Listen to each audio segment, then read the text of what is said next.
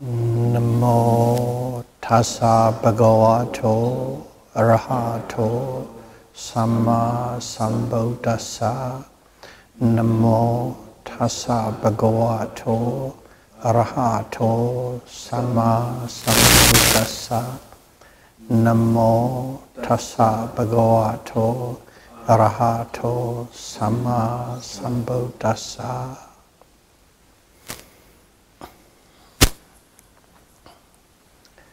Series A, Dhamma talk number 25.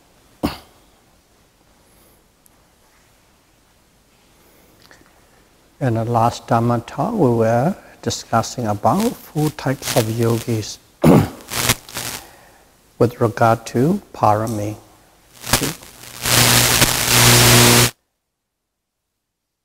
And then we are discussing more details which is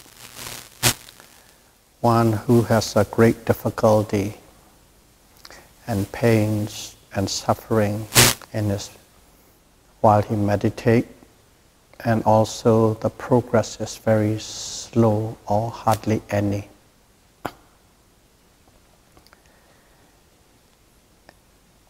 And related to that, we discuss in quite detail about dukkha vedana, okay, suffering while meditating, pain, aches,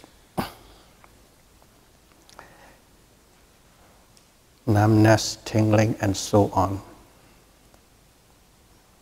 And we define how it is, what to do, how to observe, and how to overcome.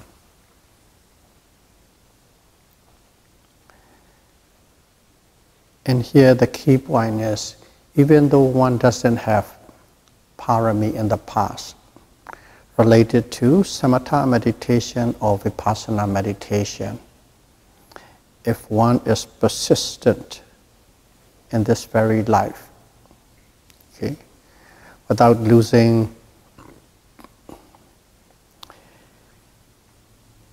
any saddha, without giving up, with full perseverance. If you keep on practicing, then one can first and foremost start developing or accumulating the parami. Okay? This is the first time you start accumulating the parami. And with persistence, you can even see, okay, some lights or some nature of Dhamma. But one has to have a very strong determination and perseverance, and with great patience, one has to practice. And the second type is one who has great difficulty while practicing with regard to pain and suffering. But even though he has these kind of difficulties, now and then, a flash here, a flash there, once began to experience the nature of true Dhamma. That means one is progressing. Even though there's a difficulty, one is seeing the nature of Dhamma or experiences. That means it's a second type, which is that person doesn't have parami or accumulated habits of many lives related to samatha meditation, but have done vipassana meditation in many past lives. That falls into the second type. So how to overcome this dukkha vedana or pain and suffering? It's quite useful for this type of yogi. Quite useful. Because if he or she cannot or do not, okay, made up the mind to overcome that dukkha vedana, pain and suffering, what happens is, even though he or she might have parami to experience Dhamma, one would not, because one is not giving effort, one is not using patience and perseverance to overcome this pain and suffering in the meditation practice. So for this second type, this overcoming or overwhelming the pain and suffering while you're experiencing in the meditation practice, even more so important. And last Dhamma talk presented to us that how dosa, anger, hatred, aversion, dwells in the dukkha vedana, pain. And whenever there is a pain and suffering, there is anger and aversion, and it arises hand in hand. So simply, it is not just overcoming these pains and difficulty. It is also you are dealing with the peeling off, pulling out the nature of dosa. Dosa, anger and aversion. That is one aspect of it. We dealt with quite detailed last week. So one is, you can simply say overcoming pain and suffering, dukkha vedana, unpleasant feeling and sensation. Or you can also say, at the same time, you are getting rid of, peeling off the anger and aversion from your mental state. But there is another way to look at it. It is important to look from all different angles.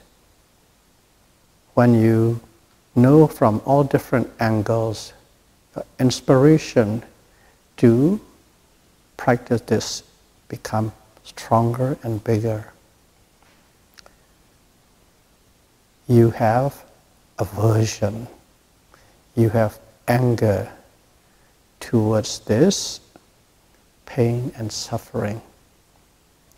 Why do you have anger and pain? Anger and aversion towards the pain? Of course, simply say, because I don't like it, I don't want it. On a surface, that's true. Pain, nobody likes it, nobody wants it. That's why we want to get rid of it or we want to overcome it. Okay, let's say you get rid of it. Okay, you pushed away. When you get rid of it, when you push away, what do you really want? Do you really want to push it away? In reality, what you really are yearning for or longing for is comfort and pleasantness. It is not simply you want to get rid of this pain and difficulty and suffering. The underlying cause is you want to replace it with pleasantness and comfort. That's what you really want. Even though you are not thinking that way, even though you are not saying that way, that is the root cause of it. You want comfort, you want pleasantness instead of this pain and discomfort. That is the root.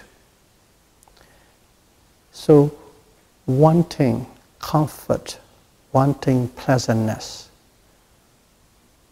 What is that word? And one word in Dhamma. Okay, having that desire.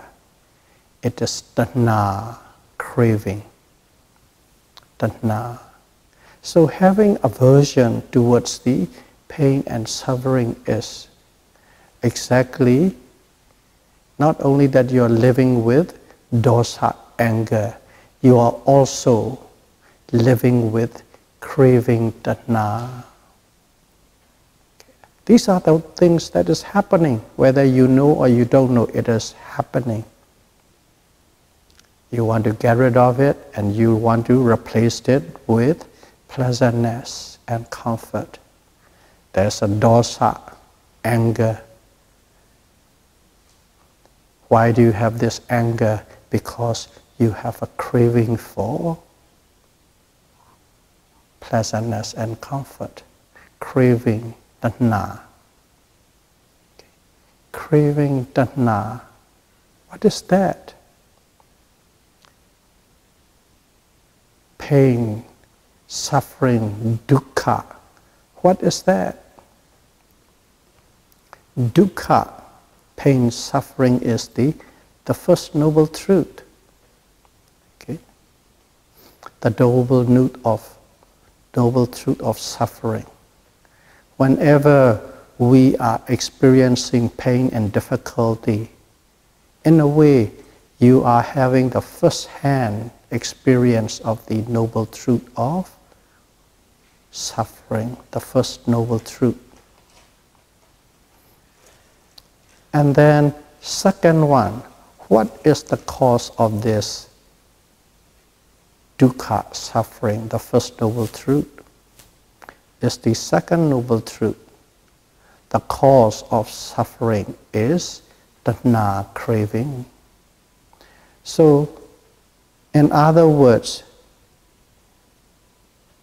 firsthand you are experiencing the first noble truth, and the underlying cause is Dhamma, the craving, second noble truth. Right at that moment when you are observing it, you are experiencing it, and also you are dealing with Dhamma, the second noble truth. Craving. Okay. Without eliminating, without extinguishing, without uprooting this Dhamma, craving, you would never be able to overcome dukkha, suffering, the first noble truth. You must abandon, extinguish this craving. So while you are observing, okay, first of all, you are just simply observing the pain.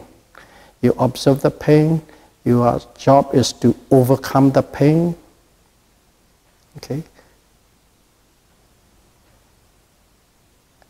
At that moment, you are experiencing the first noble truth, experiential understanding of the first noble truth, not conceptual.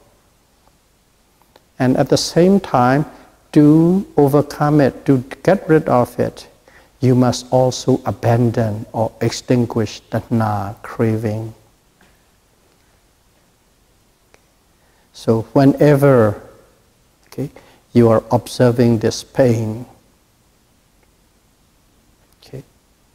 what happens is, you are observing the first noble truth, and when you can observe it, when you can overcome it, that means you are also abandoning the craving, Dhamma. So this overcoming pain is just simple statement. If you look at it deeply, overcoming this pain is also you are getting rid of your anger, and also you are peeling off your craving.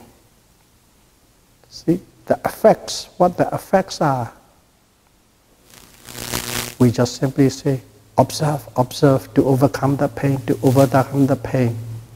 Simply that's what you are doing, the job, the instruction. But the effects are, you are dealing with anger, dosa, you are dealing with Dhamma, craving. It is very deep. When you see from these different angles, these little mindfulness, this little observation, so superficial, so easy you think, but it is an enormous range of reach into your psyche, in invading into the realm of kilesa. You must understand that way. When you understand that way, you come to understand how precious, how important, how significant that one moment that you are observing intensely and closely on the pain. Now you understand the effect, the result that comes along with it. So in here, you get rid of dosa, to get rid of Dhamma, just simply by being that one little observation of mindfulness. Of course, we are supposed to be doing consistently, continuously, with no gap, no break, and eventually to make it a lifestyle. A lifestyle. If not, they won't go away forever. If you can put it as a lifestyle, then first and foremost, you keep them far away, and eventually you totally eliminate them and extinguish them. They are gone. Only them you can be liberated. So getting rid of feeling of Dhamma at the same time. So in here, this yogi who has easily can experience Dhamma but difficulty in practice with pain and difficulty, it's most so important. Because once you go through that, once you understand that way, that yogi will really push. Without understanding, just do it because the teacher said do it, the Buddha said do it, you just simply do it. Yeah, more like a half-blind person, listening and pushing, listening and pushing. But when you understand it, you have more power and more energy to push it. You become more eager to push that observation. That's why Buddhism always goes hand in hand with theory, theoretical, conceptual understanding, and practical execution. It's very, very important. It gives you more power. So in here, we are pushing it, we understand it, we get rid of dukkha, and we are also trying to get rid of Dhamma. Okay. And we have already discussed in detail how to do it. And while we are doing it, let's see another aspect. This is giving you another effect. Another effect is, as we have said last talk, we practice, and you come to the point of, you have a very strong concentration, your observation is very good, and what happened? You are able to observe this every moment, moment to moment, rising, falling, rising, sitting, falling, touching, rising, sitting, falling, touching, hot, cold, hard, soft, pain, and so on. Continuously. When you can observe that continuously, what happened was, at first, it's not very clear. It's like happening, all this. And when your concentration becomes stronger and stronger, when you observe the rising, the beginning of the rising, it's become quite clear. And then also the end of the end rising become quite clear. And also falling, the beginning become quite clear, the ending become quite clear. Clarity start to set in. Before you observe and you know the rising. Okay? We even give instruction, know the beginning, know the end, know the beginning, know the end. Incline your mind to the cessation of the phenomenon, of any phenomenon. You're simply just doing it. You do it, conceptually you understand it, so because of the conceptual understanding, you think or you feel or you sense the beginning of the rising and the end of the rising, beginning of the falling and the end of the falling. But when your concentration becomes stronger and stronger, that feeling that you know or you see the beginning and the end, beginning, the end become clearer and clearer and sharper.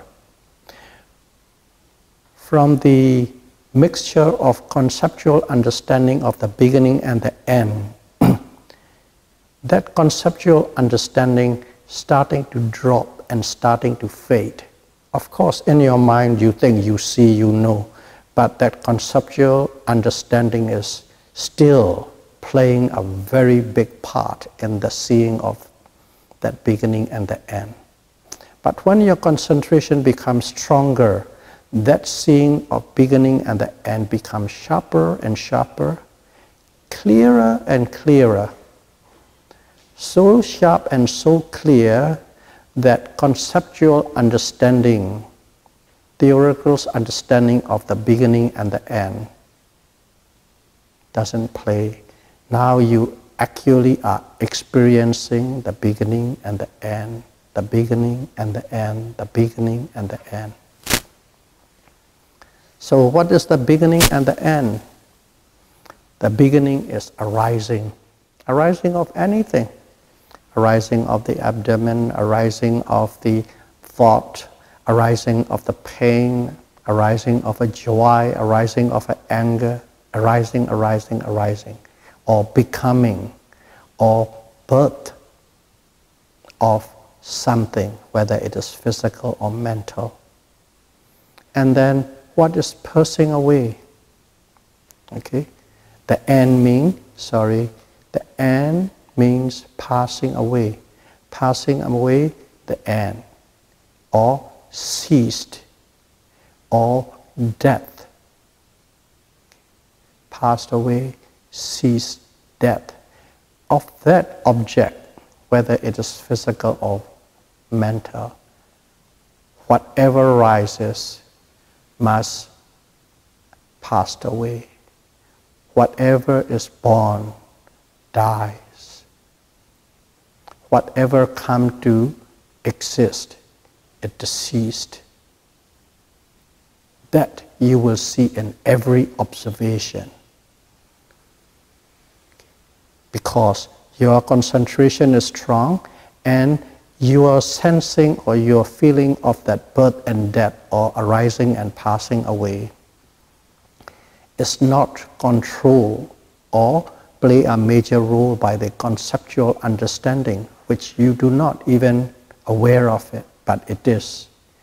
And without that conceptual understanding, experiential understanding, it becomes so clear.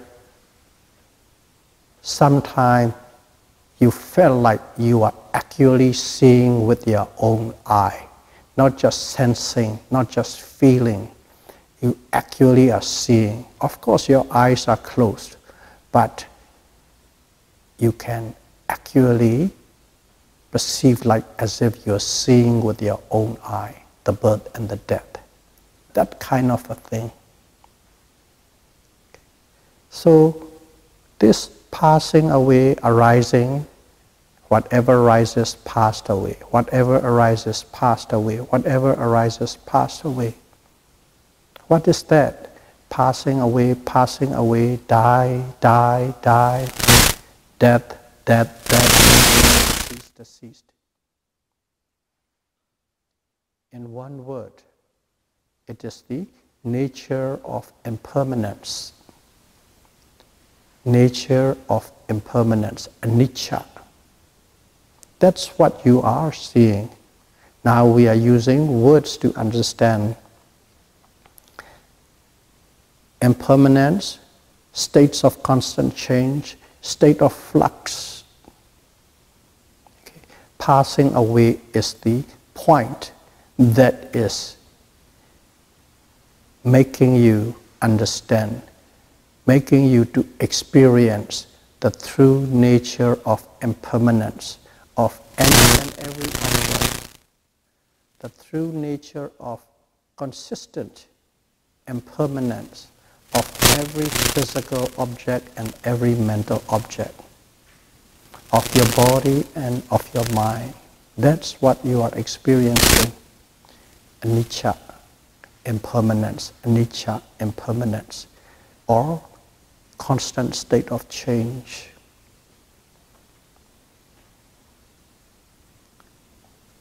You observe, and your concentration becomes stronger and stronger and stronger. When your concentration becomes stronger and stronger and stronger, your experience also starts to change again. You understand. Now you found that you understand even clearer arising and passing away. And then when your concentration becomes even stronger, you do not even see the arising anymore. Everything you see, you come in contact, instantly passed away, instantly passed away, instantly passed away. Constant state of passing away. That becoming or arising or birth is becoming totally indistinct or negligible. Everything, whatever, whenever you touch with your attention is in the state of passing away. That's what happened.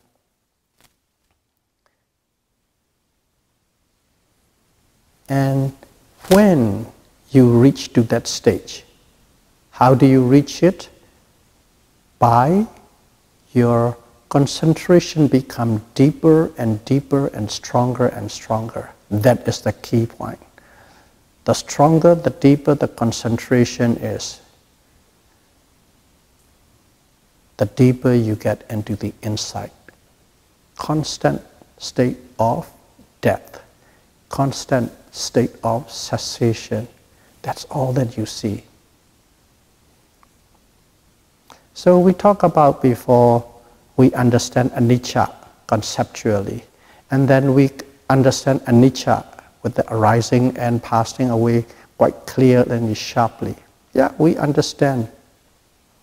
But even that, clearly and sharply seeing the arising and passing away is, your understanding is still average. Your understanding of anicca become 100% when you got to the stage of when you see anything instantly passed away, instantly passed away. At that moment you can say you have understood impermanence, anicca, truly as it is. Only then you will understand that anicca. So the yogi is, the second type of yogi is using pain as the main object. Using pain as the main object. So he or she is observing this pain, whatever pain. We won't go into detail, we have discussed quite detail before. And you look at the pain, as soon as you look at the pain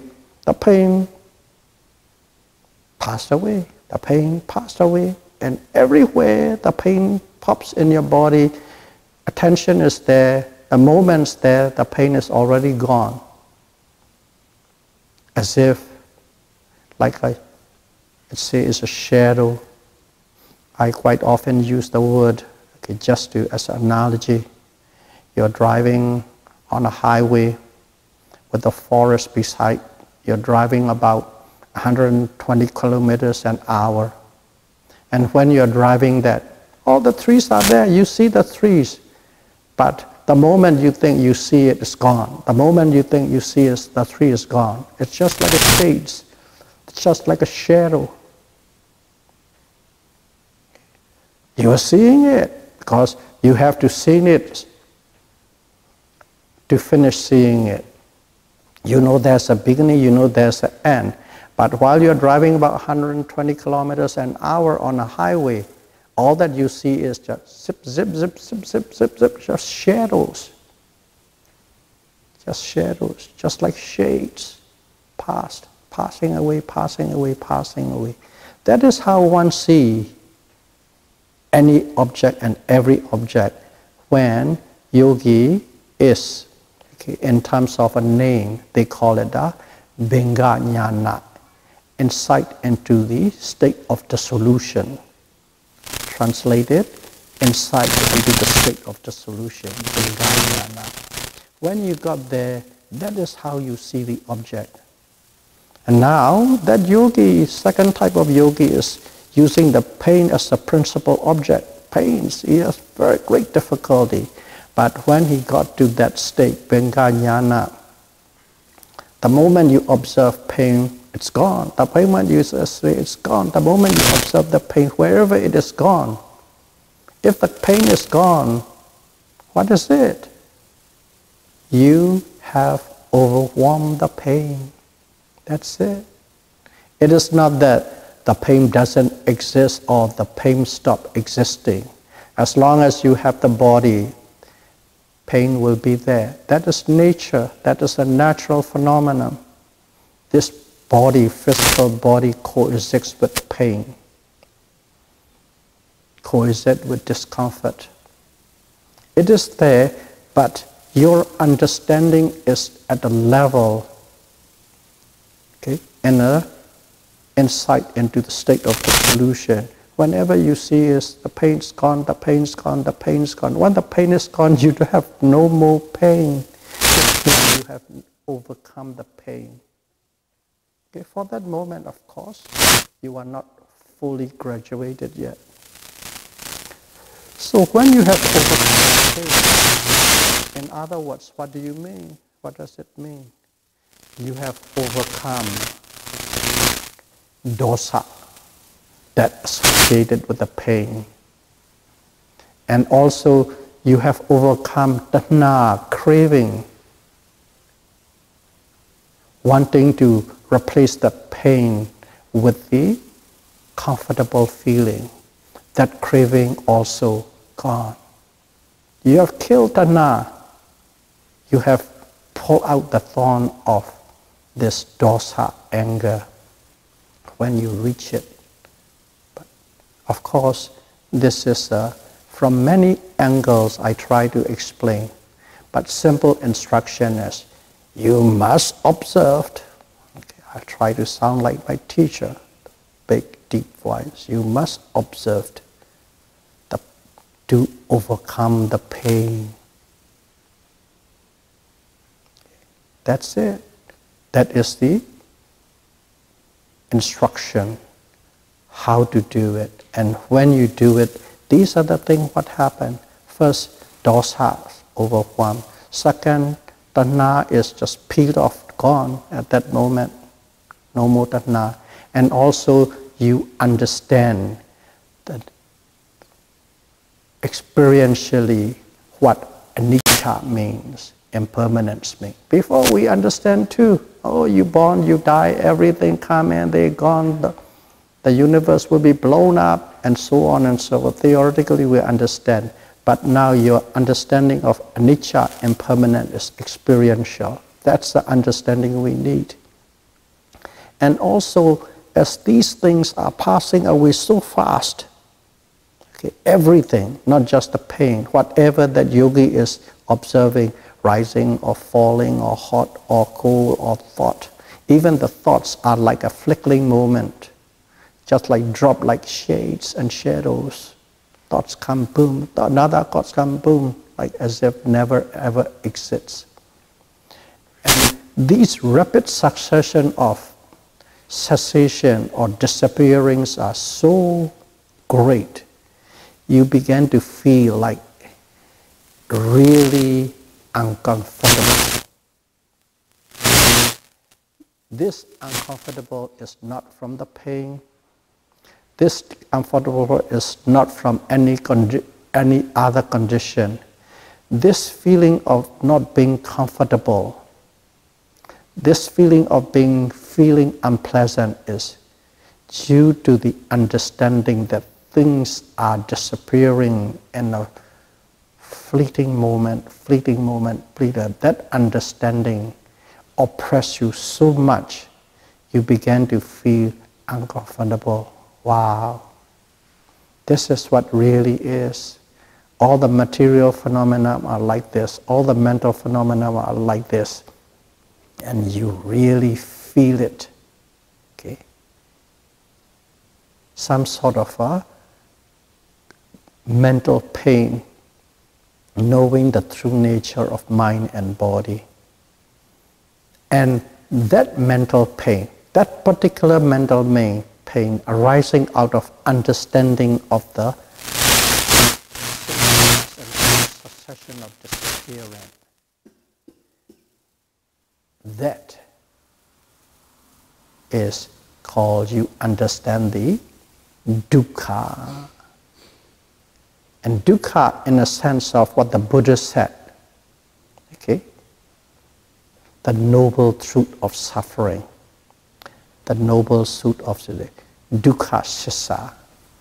Of course, dukkha, everybody understands, everybody in the world knows what pain is, what a heartbreak is, what the loss of property is, the obvious pain, obvious distress. These are, you don't need anybody to tell you, these are dukkha. These are suffering. We all understand. But we try to live with it, cope with it, struggle with it.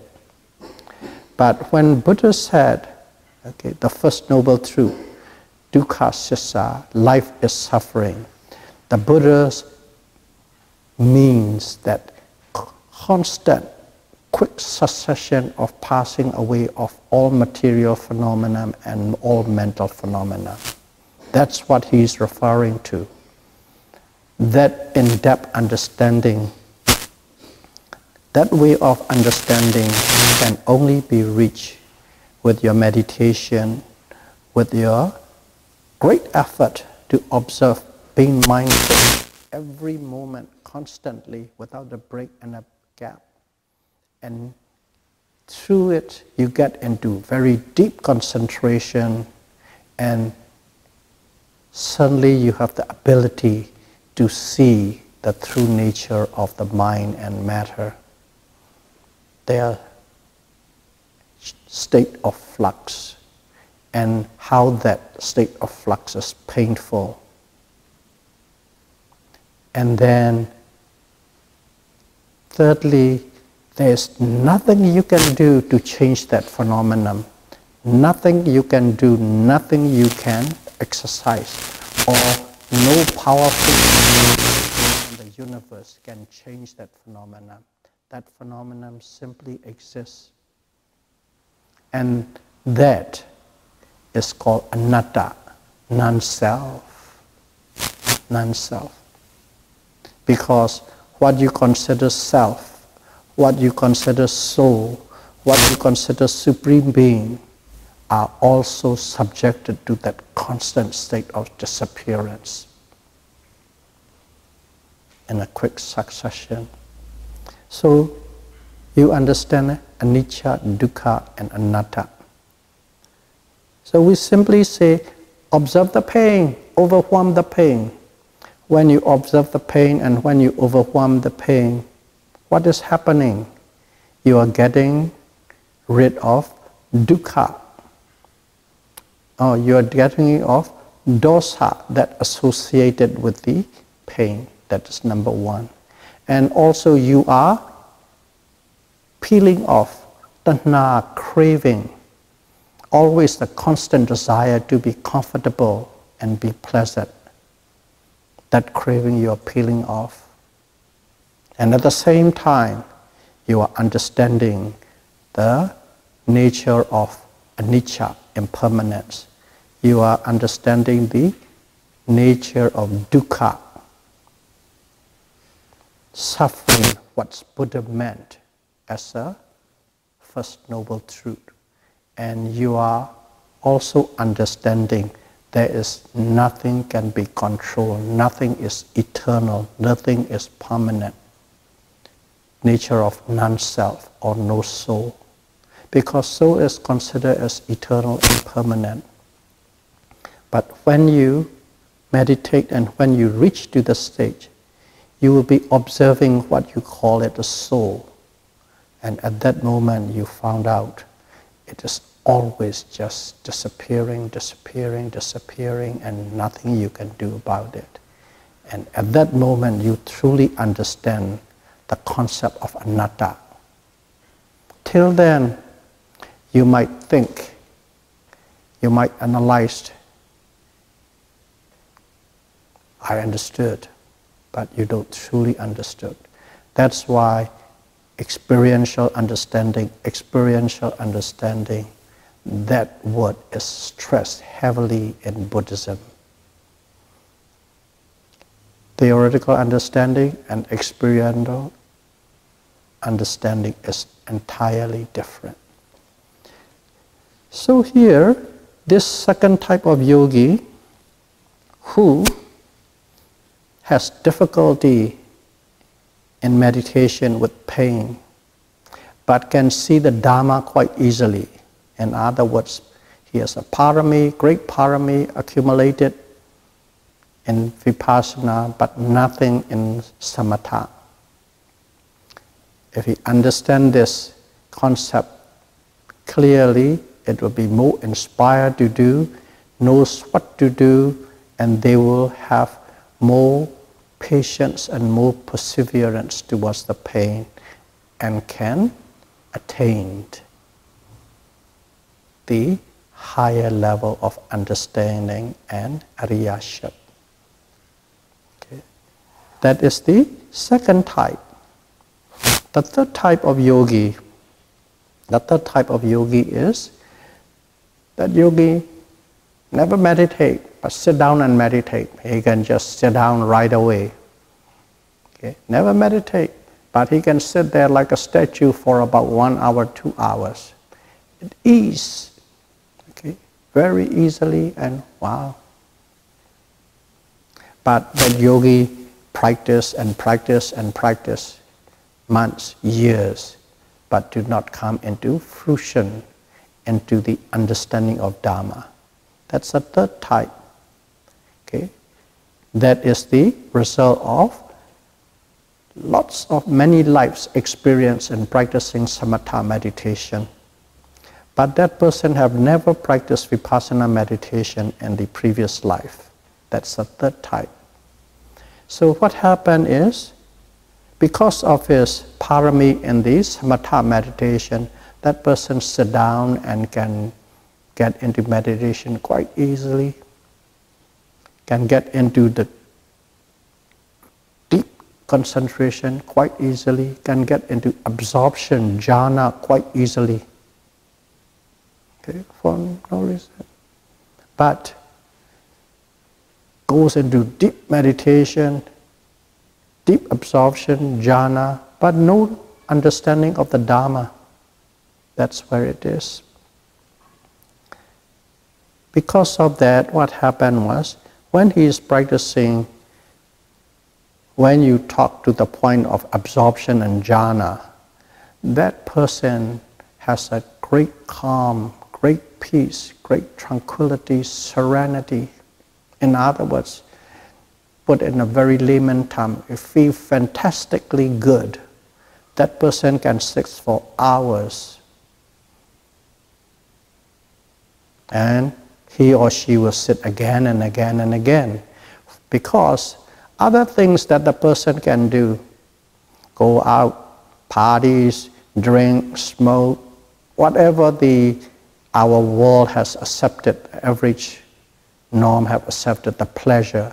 Those pleasures are nothing compared to the ecstasy or the feeling serene and peaceful in the state of absorption.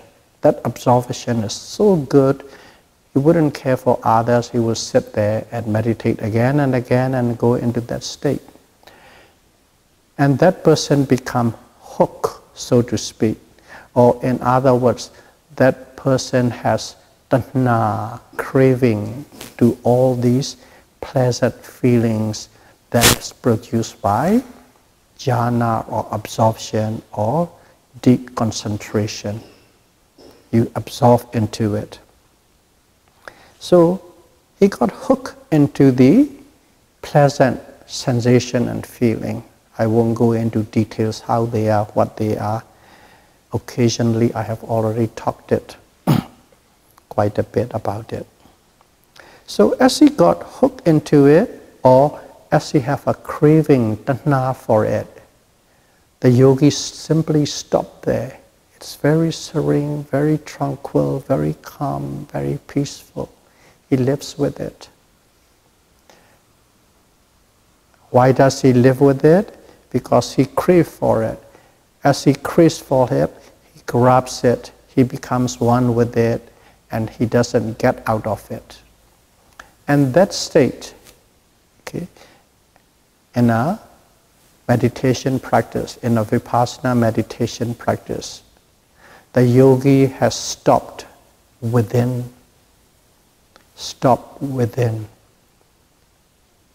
So within is, this is the experience you have from your mental states, and you enjoy that, and you dwell and you live it. It means it stopped within, which means it doesn't grow, it doesn't progress into the understanding of mind and matter. It stopped within.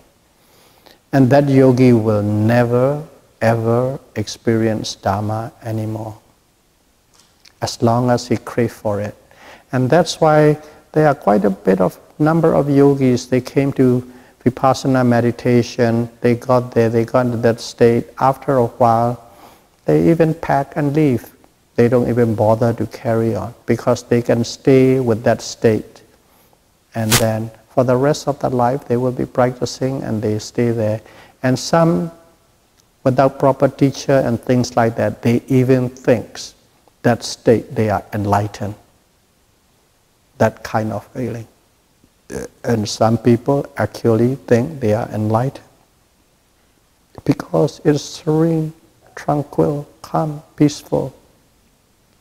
Also, in that state, there is no dosa, anger, aversion, irritation. No irritation, nothing. How can there be irritation or discomfort if your whole body is feeling very light and floating and comfort and warm in a cocoon-like states?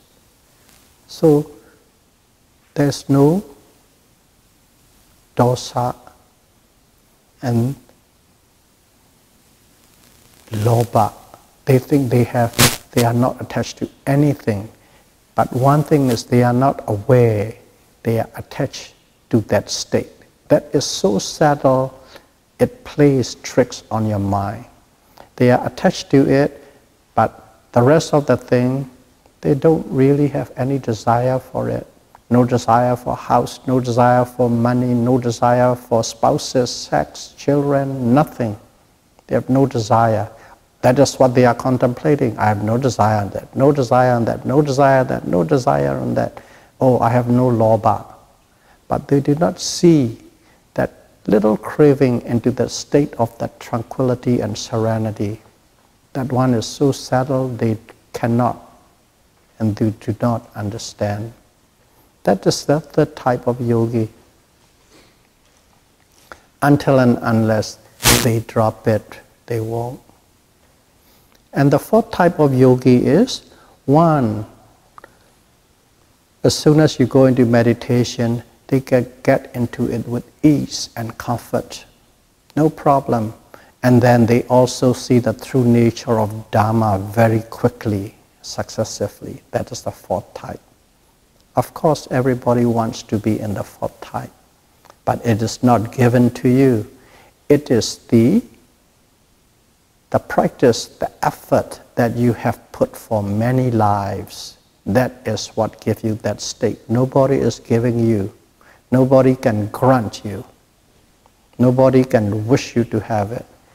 Your own effort. You have that. So this fourth type of yogi comes and sit down and meditate. Of course, in this life, everything is more like everything is anew. For him, it is learning a new thing. He got into this great ease, peace, tranquility, and all these pleasantness, okay, lahuta, very lightness of the body, like as if you're floating or elevating. And then fitness of the body, these are, everybody has it. Efficiency of the body, okay. Stamina of the body, as well as all these things in the mind. All these things, and you see them. And these are the ones that definitely it's no if or but, they will be in that state. But there are many other things based on individuals' inclination and pursuit and their mind. They will experience some extraordinary things. Those kind of things you will experience. But leave it aside. When that yogi is experiencing that yogi can also just simply stop there. Okay? As long as the mind has a craving for these pleasant sensations, sukha vedana, you will not experience the Dhamma. Why? It is Dhamma, the craving for these things. And what is Dhamma? Dhamma is the cause of dukkha. Dhamma is the second noble truth, dukkha is the first noble truth. So as long as you have Dhamma, you will never overcome dukkha, the first noble truth. So in here, one must be aware. And if you are practicing in this Satipatthana Vipassana meditation style, there's always a teacher along with it. The teacher will point you out. As soon as you got there, you have to start. Instead of dwelling in this tranquility and peace and serenity and all these goodies of the 9 yards, as soon as they arise, you observed it. As soon as they arise, you observe it pleasant, pleasant, joyful, joyful. Okay? Feeling fantastic, feeling light. You have to observe, observe, observe in a mindful meditation, Satipatthana meditation technique. You observe and you observe and you observe. And how much do you observe? Okay, in one line, this is what Buddha said.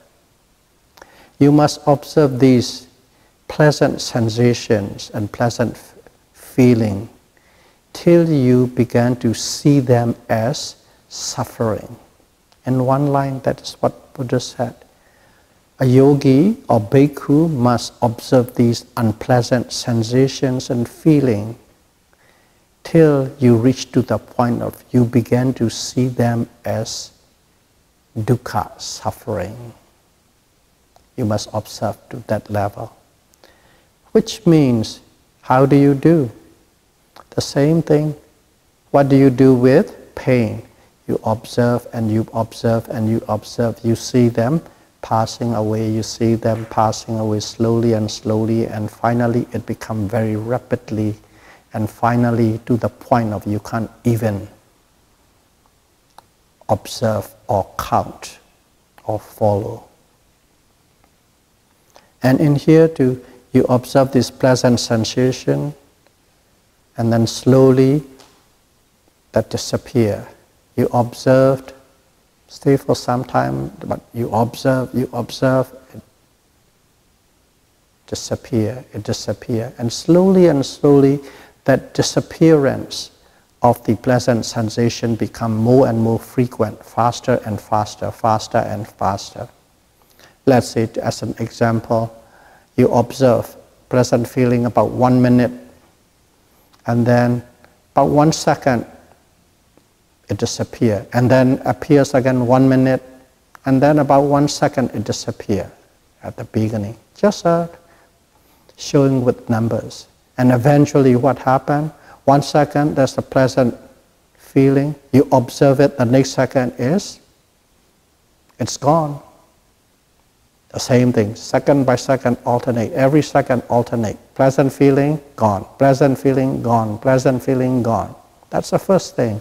In other words, you begin to see that cessation, that passing away, that death is in every mental state.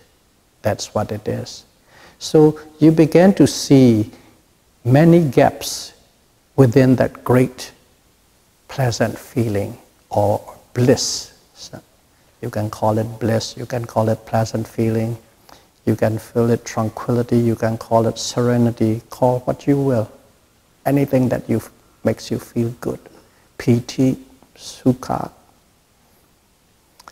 And then you see this passing away more and more and more, and they become more frequent, and eventually these things, okay, pleasant feeling arises, pass away, to the state of that bhinga jnana, okay, the state of dissolution. You are still experiencing this pleasant feeling, but as soon as you aware of it, it's gone. As soon as you become aware of it, it is gone. Gone, gone, gone, gone, gone, gone. And all that you see is all these pleasant feeling and bliss and tranquility and serenity. These are in a constant state of depth, constant state of cessation.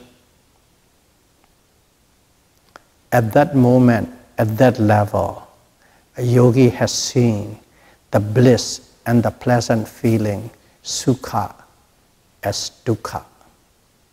At that moment, yogi truly understands all these sukha are nothing but dukkha, because they do not escape the realm or the law of the impermanence. But theoretical understanding will not give you that state of change in your mind. But experiential understanding will give you the true feeling. The true feeling means that feeling, that understanding, and you become one. You are that feeling, you are that understanding. That understanding and that feeling is you. And that is the final result of experiential understanding. It is not thinking and understanding. It is every cell in your body understood it. That kind of understanding. And when that passing away is so fast, okay, before rising, passing away, rising, passing away, and then later passing away, and then passing, and eventually passing away so much you cannot even say passing. Okay? At that moment, how do you note? At that moment, you just simply note, knowing. You simply know. You cannot even label and you cannot even count anymore. They are very fast. When you got to the point of this very supremely rapid cessation, simply knowing, just know. Just know. And when you have abandoned that sukha vedana, okay, what happened? You have abandoned dhamma craving. So the first line of saying is, in dukkha vedana, in the painful sensation and feeling, dosa dwells. Dosa is always there with a painful feeling. And also with the sukha vedana, in other words, pleasant feeling, sensation and bliss, they always dwell dhamma craving. Whenever there's dhamma, whenever there's a pleasant feeling, there is dhamma. It's there. And your job is to overwhelm the dukkha vedana and overwhelm the sukha vedana. By overwhelming the dukkha vedana, you have ripped off this aversion and anger completely. Indirectly, you also are taking out the dhamma. And in sukha vedana, when you overwhelm the sukha vedana, you have already ripped off the dhamma. And when you can rip off this dhamma, what happens? When there is no dhamma, what is the cause the effect of tanha. The effect of tanha is dukkha. When there is no tanha, when there is no craving, there is no dukkha, there is no suffering. You attack the cause of suffering, tanha. Both are gearing towards taking the tanha out, craving. And along the process, in the process,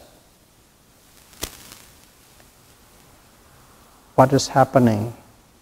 You understand the true nature of mind and matter. What is that? Anicca, dukkha, anatta. Impermanence, suffering, and non-self, no soul. Anicca, dukkha, anatta. Impermanence, suffering, non-self, no soul. That is samadhi. When you understand non-self, no soul, you have the right point of view, right understanding about the nature of mind and matter. So,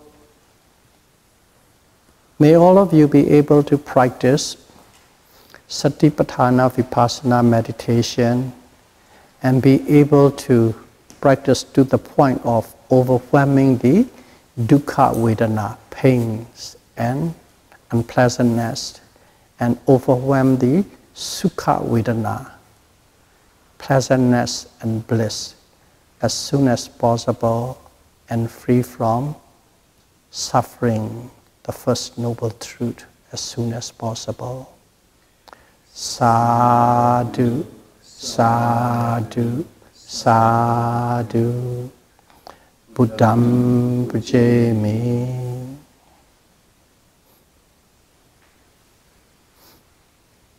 Dhammam pujami. Sangham pujami.